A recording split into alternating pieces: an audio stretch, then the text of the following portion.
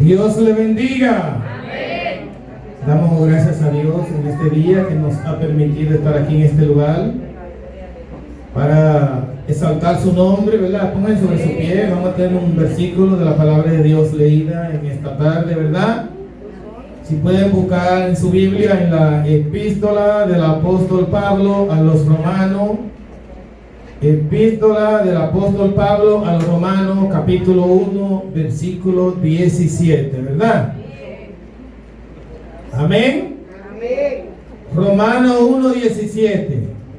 Leemos bajo la comunión del Padre, del Hijo y del Espíritu Santo. Amén.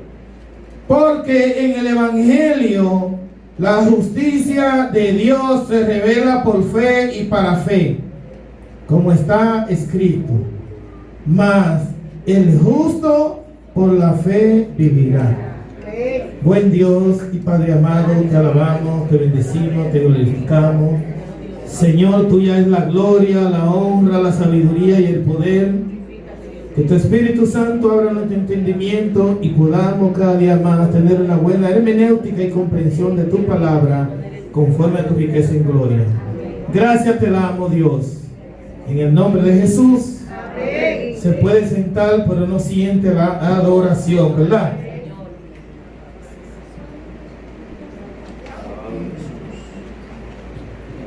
Gloria sea el nombre de Dios. Yo le bendigo una vez más, mis hermanos. Todos ya sabemos el tema, ¿verdad? La reforma protestante. Aleluya. Dicen mucho que este fue el versículo que le encendió la chispa a Lutero cuando iba caminando en la escalera, ¿verdad?, de la catedral allá en Roma. El justo por la fe, pero por la fe ¿en quién? En Jesús.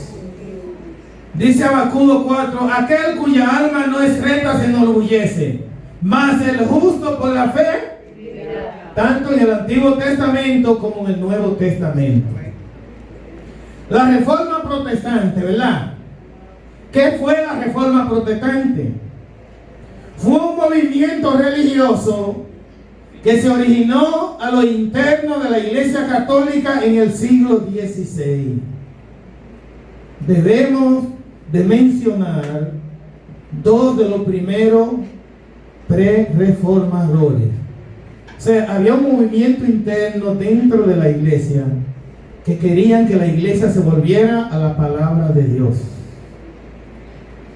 Siempre va a haber hombres y mujeres de Dios que desean que la cosa se haga a la luz de la palabra. Amén. Gloria sea el nombre de Dios. Mencionamos a John Wycliffe.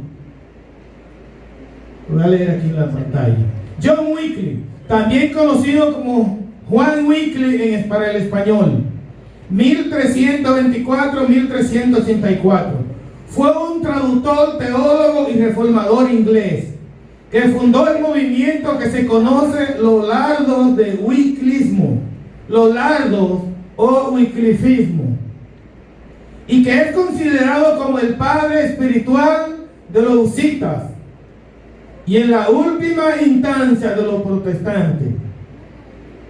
También fue una de las primeras personas en realizar una traducción de la Biblia Vulgata Latina a una lengua vernácula, o sea, a una lengua de su propio país, para que puedan entenderla en su propio idioma, como era el inglés medio en 1382.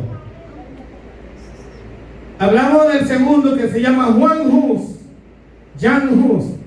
Juan Hus fue un teólogo y filósofo checo, predecesor clave del protestantismo y una figura fundamental en la reforma de Bohemia, 1369-1415. Hus sirvió por mucho tiempo en la academia como decano de la Facultad de Filosofía en Praga. Él construyó su vida y ministerio sobre la palabra de Dios. Argumentó en contra de las indulgencias.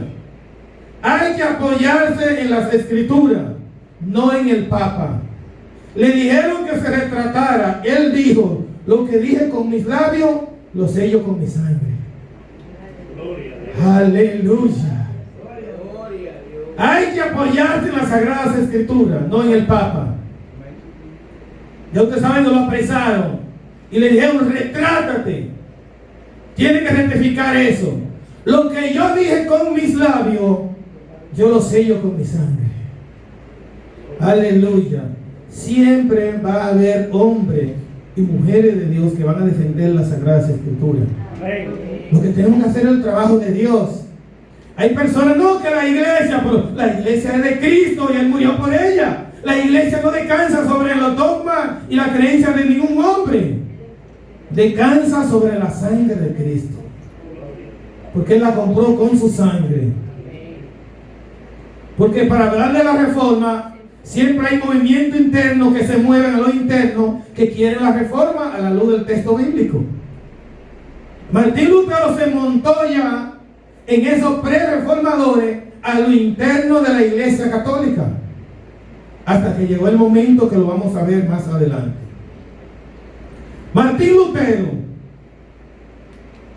1483-1546, fue un sacerdote, monje y teólogo de la Orden de San Agustín, germánico de Eisleben, la chispa que lo encendió. Romanos 1:17, porque en el Evangelio la justicia de Dios se revela por fe y para fe, como está escrito: mas el justo por la fe vivirá. Este fue el versículo que encendió la chispa de Lutero. Mientras Lutero escudriñaba las escrituras en su oficina en Wittenberg, esa es Alemania, se produjo un cambio en su interior. La palabra de Dios es la que cambia al ser humano, porque la palabra de Dios es viva y eficaz, más cortante que toda espada de dos filos. Eso dice Hebreos 4:12. Lutero exhortaba a la iglesia que regresara a la enseñanza original de la Biblia. Ven, que se estaba moviendo internamente. Tenemos que volver a las enseñanzas originales de la Biblia, no a la creencia y dogma de un papa o de un hombre. En ese tiempo él confrontó al papa a la luz de la palabra. O sea que él nunca quiso irse. Él le estaba reclamando a sus líderes que volvieran, a los monjes que estaban con él, a la orden de San Agustín, que volvieran a la palabra de Dios. Pero usted sabe que cuando uno reclama que volvamos a la palabra, se afectan intereses. Pero nosotros debemos servirle a Dios por encima de todo. Yo me debo a Dios, yo no me debo a hombre, yo me debo a Dios. Martín Lutero ingresó al monasterio de los agustinos de Erfurt en 1506. Ingresó como monje, aleluya, como monje, y luego le ordenaron sacerdote. En 1509 se graduó de licenciado en teología. En 1510 viajó a Roma en representación de 7 monasterios agustinos. El desenfreno del clero romano lo indignó bastante. O sea, el desenfreno interno del clero romano, de la jerarquía de la iglesia, a él lo indignó bastante. Y siguió escribiendo. Aleluya. En 1512 se hizo un doctorado y asumió la Catedral de Teología Bíblica hasta su fallecimiento. Los 4 momentos especiales que marcaron la vida del monje germánico. Número 1, su viaje a Roma, la corrupción de la jerarquía de la iglesia. Número 2, el estudio de las Sagradas Escrituras, Romanos 1:17, y la epístola de Pablo a los Gálatas. Esos fueron los que comenzaron a hacer la gran revolución en él. Gloria sea el nombre de Dios.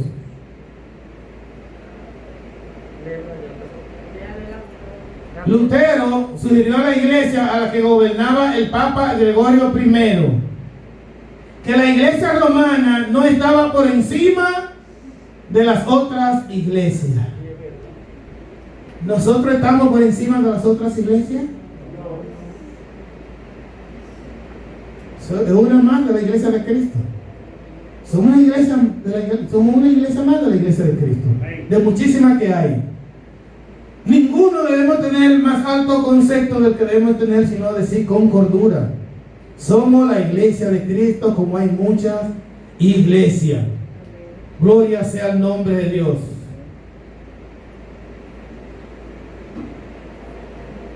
Durante la Edad Media, Roma había consolidado su poder y autoridad religiosa, política y social a través de una serie de documentos conocidos como fraude pío.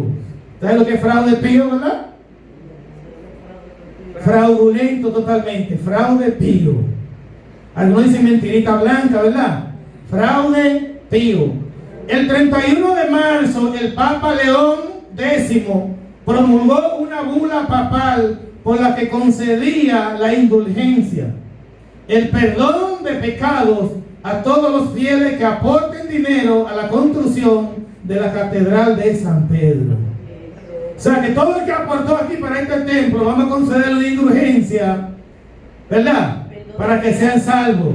La salvación en Cristo Jesús. El hecho que ellos hayan aportado, ¿verdad? Lo que tenemos que orar para que ellos reconozcan a Cristo como su único y suficiente Salvador. Aleluya. ¿Ustedes ven lo que se estaba moviendo? Dice la 4, la quema de la bula papal. Lutero se abrió paso en un grupo que estaban reunidos. Había un fuego y aprovechó y quemó la bula papal que León X había escrito contra él. La bula papal contra Lutero. ¿Sabe qué agarró él? Se abrió un fuego, se abrió paso entre sus amigos. ¿Sabe que en invierno, en esos tiempos, si era invierno, hacían una fogata y estaban aprovechando ahí ese grupo? Se abrió paso entre sus amigos y quemó la bula papal que León X había escrito contra él. La 95 Tesis de Lutero, 31 de octubre de 1517. ¿Hace cuántos años? 507 años de ese acontecimiento. La número 1, vamos a hablar de alguna, porque si hablamos de la 95 Tesis no nos vamos de aquí hoy, ¿verdad? No nos vamos de aquí hoy, así que se busquen sus palomitas, su agüita y sienten tranquilos. Y no se duerman. Aleluya. 1. Cuando nuestro Señor y Maestro Jesucristo declaró arrepiéntanse, su intención era que toda la vida de sus creyentes en la tierra fuera una constante penitencia, dolor y arrepentimiento que se tiene por una mala acción que hayamos cometido. Aleluya. ¿Todos saben lo que es la penitencia? Cuando usted se siente compungido por un pecado que usted haya cometido. Usted tiene una penitencia. Él comenzó escribiendo su tesis. La número 2. Esta palabra no puede ser entendida como la penitencia sacramental, es decir, la confesión y la santificación que es administrada por los sacerdotes. Número 3. Sin embargo, él no solo piensa en la penitencia interna, más bien en la penitencia interna es inútil, a menos que produzca la aflicción eterna de la carne. Y él siguió escribiendo su tesis. Gloria sea el nombre de Dios.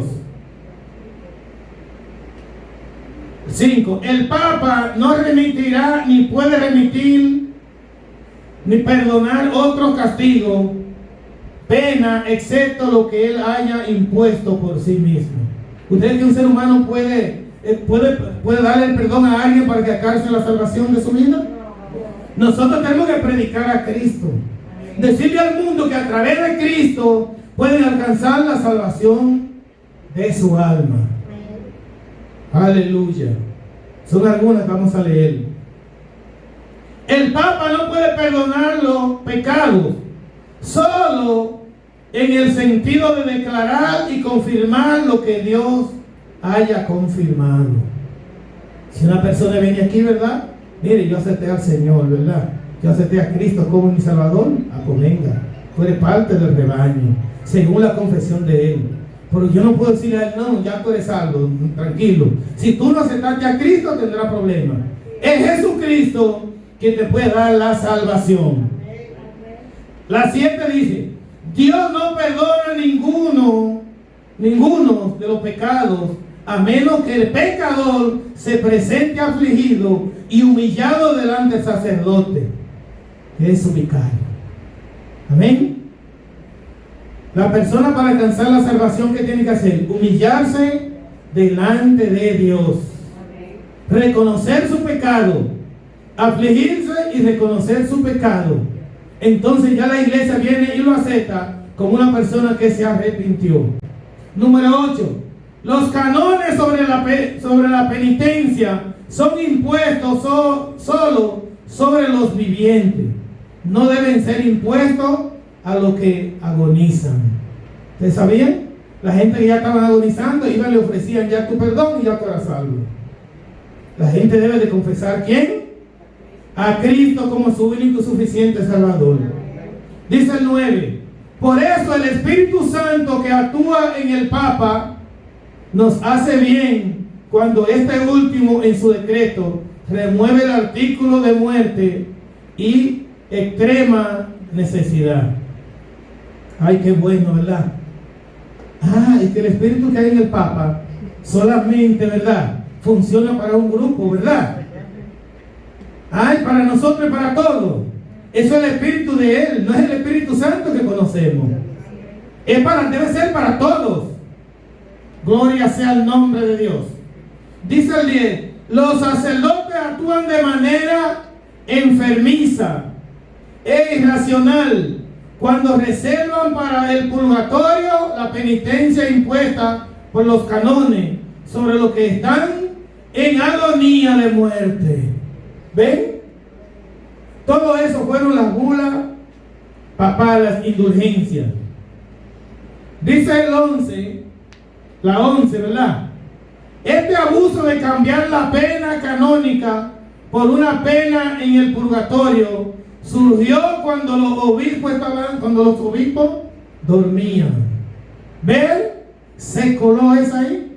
Mientras los pastores hoy están durmiendo, ¿verdad?, se cuelan algunos dogmas. Él les quiso dejar dichos a ellos que esto surgió cuando los obispos estaban durmiendo. ¿Ustedes saben qué sueño era ese? No era un sueño físico, era un sueño espiritual. Si la iglesia se duerme, se va a colar el enemigo. Debemos estar despiertos espiritualmente contra la acechanza del enemigo, contra aquella agenda 2030, 2040, que quieren imponer ciertas cosas que van en contra de la naturaleza y de la palabra de Dios.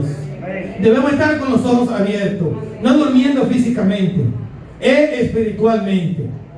La 21 dice: por lo consiguiente, los predicadores de indulgencia se equivocan al afirmar que por la indulgencia papal un hombre puede ser exento de todos los castigos y ser salvo. Amén. ¿Usted cree que por un escrito que yo haga, por la mía, usted cree que un hombre puede ser salvo? Somos salvos a través de la sangre de Cristo. Entonces, esos eran los problemas que él estaba reclamando a la iglesia católica, ¿verdad?, a la cual pertenecía, que tenían que volverse a la Biblia, que un hombre no podía salvar a ningún ser humano. Eso era lo que él estaba reclamando por algo interno. Dice el 25: el mismo poder que el Papa tiene sobre el purgatorio lo tiene el obispo en su diócesis y todos curas en su parroquia. ¿Usted se da cuenta ya por la línea donde va Lutero, hermano Bienbo? Que somos iguales todos. Porque al Papa le iba a gustar el líder.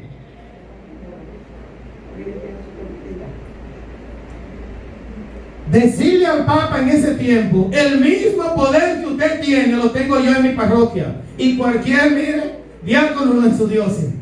Ya usted debe de una línea dura, pero es lo que quería, que la iglesia se volviera a la palabra. Dígame, hermana. Que el Espíritu Santo utilizó hacer volver lo que se había perdido de la iglesia. Y por ese movimiento que él hizo, hay muchas cosas que nosotros ahora tenemos un afincamiento en lo que es la palabra. Y la iglesia católica también han revisado muchas cosas que antes ellos hacían, y por esos puntos ellos han tenido que volver a la palabra en algunas cosas. Pero hermana Eliada, estamos hablando de 1500 años después de Cristo, después de la iglesia primitiva, la iglesia apostólica. Luego de ver la iglesia, los padres de la iglesia, la apostólica, y siguió caminando hasta que llegó aquí a Martín Lutero. Dígame, hermano. ¿Usted cree que esa chispa de ese versículo que leyó, eso fue algo así? ¿Es el Espíritu Santo? El Espíritu Santo se lo reveló. Por eso debemos de escudriñar las Escrituras. ¿Qué dijo Jesús en San Juan 5:39? Escudriñar las Escrituras, porque a vosotros parece que en ella está la vida eterna, y son las que dan testimonio de quién, de Jesús. Debemos de escudriñar la Biblia. Es lo que dice la Biblia. Dice el 27, ¿verdad? Predican vanidad quienes dicen que las almas vuelan fuera del purgatorio tan pronto suenan las monedas al caer dentro del cofre. Hermana Lucy, ¿usted tiene algún abuelo que se murió sin Cristo? Écheme ofrenda ahí, tan pronto caiga ahí, sale volando hacia el cielo. Se salvó. Si así fuera, Se salvaron los ricos. Hermano, una persona con una mente abierta, un teólogo, un hombre preparado, cuando ve esto, digo, ¿cómo se pondría Lutero? Pero ese papa no era un cualquiera. Es un hombre que sabía de la palabra y sabía todo. Por eso Dios no tomará al inocente por culpable, ni al culpable por inocente. Él sabía exactamente lo que estaba haciendo. Amén. Dice el 28. Lo que sí es cierto, que tan pronto suena la moneda en el cofre, aumenta las ganancias y la avaricia. Pero la intersección de la iglesia depende solamente de la voluntad de Dios mismo. Amén. Cuando echaban la ofrenda, aumentan, sí, pero la ganancia y la avaricia. por eso que tienen tanto. No que las almas salen del purgatorio, aumentan la avaricia y la ganancia. Amén. Ya usted ve la línea de Lutero. ¿Dónde iba? ¿Y qué le esperaría Lutero más adelante? Gloria sea el nombre de Dios. Solo simplemente pude tipificar alguna.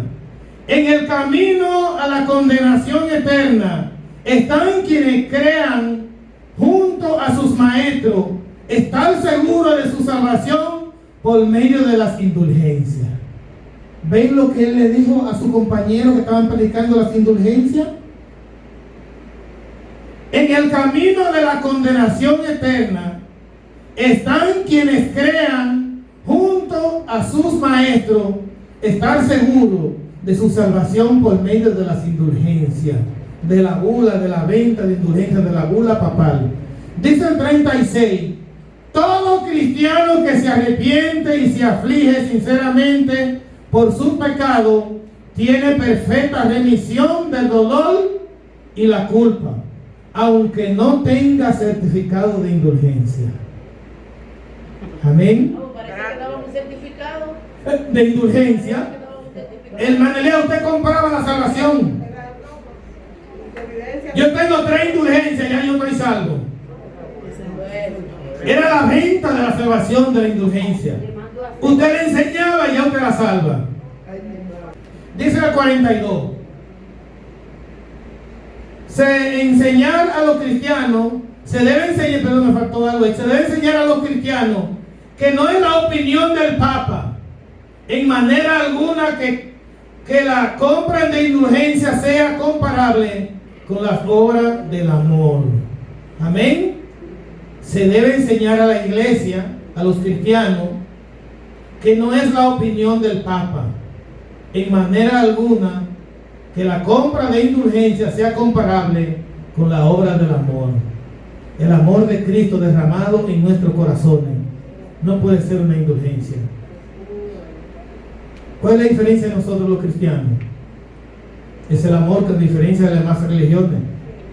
Por eso ustedes ven los testigos de Jehová, los adventistas, nosotros los pentecostales, los católicos, entramos en ese renglón del cristianismo, porque nos basamos en el amor. 43. Se debe enseñar a los cristianos que quien da al pobre o presta al menesteroso hace una obra mayor que la compra de indulgencia. ¡Ay! Hermano, Mateo Lutero no era grato a ella. Se lo voy a repetir. Se debe enseñar a los cristianos que el quien da al pobre o presta al menesteroso hace una obra mayor que la compra de indulgencia. Que la compra de la salvación. Sí, exactamente. Bueno, porque Dios lo guardó. No se encuentra en el Papa. ¿Están escuchando? Para Lutero, la esencia del cristianismo no se encuentra en el Papa, sino en la comunicación directa de cada persona con Dios. Amén. Todos tenemos que tener una comunicación directa con Dios, con Jesucristo, con el Espíritu Santo a través de su palabra. No es con el Papa, no con el pastor, no. Usted tiene que tener una comunicación directamente con Dios. Yo tengo mi relación con Dios. Usted también debe de tenerla. Esa expulsión lo aprovechó. Amén. Esa expulsión, cuando lo expulsaron, ¿verdad? Lo aprovechó. En el 1521-1522 pudo traducir el Nuevo Testamento del idioma griego al alemán en 11 semanas. En 11 semanas pudo traducir el Nuevo Testamento del griego al alemán. Ese hombre estaba guiado por el mismo Dios. 3 meses, pastor. 3 meses. ¿Cómo? Que son 3 meses, 11 semanas. Exactamente. Ese hombre no dormía, era 24/7 ahí escribiendo. Le dijo a sus seguidores que no le llamaran iglesia luterana, sino cristiana. Cada creyente debe de tener el deseo de guiarse por la palabra de Dios. En todo lo que debe de hacer, debe haber una reforma dentro de la reforma. Debemos renovarnos de día en día. ¿Qué dice Romanos 12:2? No os conforméis a este siglo, sino transformaos por medio de la renovación de vuestro entendimiento, para que comprobéis cuál sea la buena voluntad de Dios, agradable y perfecta. Dios nos bendiga a todos. Amén. ¿Ustedes creen que debemos nosotros renovarnos? Pero hay personas que dicen, no, así es lo que yo lo aprendí y así es. Pero nuevas son cada mañana la palabra de Dios. Hermano, lo que no podemos estar de acuerdo con el pecado. Dios tiene un solo jinete, que es Jesús. ¿Todos saben? El único jinete de caballo blanco, ¿quién es? Dios es el jinete, le cambia de caballo, pero no de jinete. ¿Me doy a entender? Nuestro fundador de nuestro concilio, A.J. Tomlinson, ya murió sus hijos, ya han muerto todos. Cambió de caballo, pero sigue siendo Cristo el jinete. Toma otro caballo. Los caballos somos nosotros para llevar la palabra, pero el jinete es un solo, que es Jesús.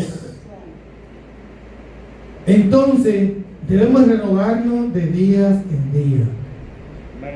Hay estudios arqueológicos, la arqueología bíblica, la ciencia que estudia la arqueología bíblica ha demostrado muchos estudios, y si nos llegan unos estudios, ¿verdad?, que no nos cambia el contenido, el concepto que nosotros tenemos, ¿y por qué no avanzar hacia adelante?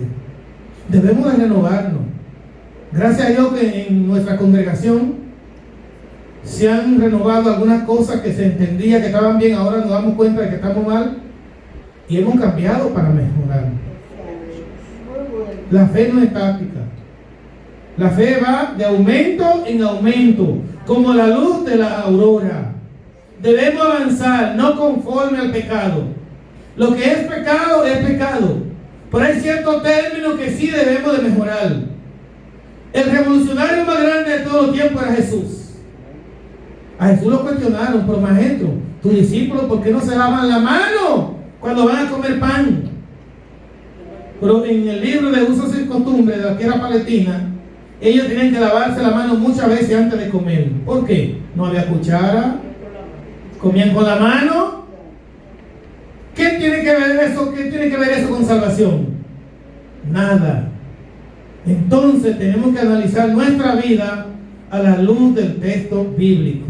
Debe haber una reforma dentro de la reforma. Siempre Dios va a tener hombres y mujeres que van a defender su palabra toda la vida. La iglesia no descansa sobre los hombros de X personas. La iglesia descansó sobre la sangre de Cristo. Y a ese Cristo crucificado es que tenemos siempre que predicar. Yo siempre a mí me gusta escudriñar las Sagradas Escrituras, porque esas son las que nos llevan a la vida eterna. Dios les bendiga y Dios les guarde. Ebenecer, hasta aquí nos ha ayudado el Señor. Ven que lo dice breve, claro, preciso y conciso. Si alguno quiere desear más, usted busca en Google ahí.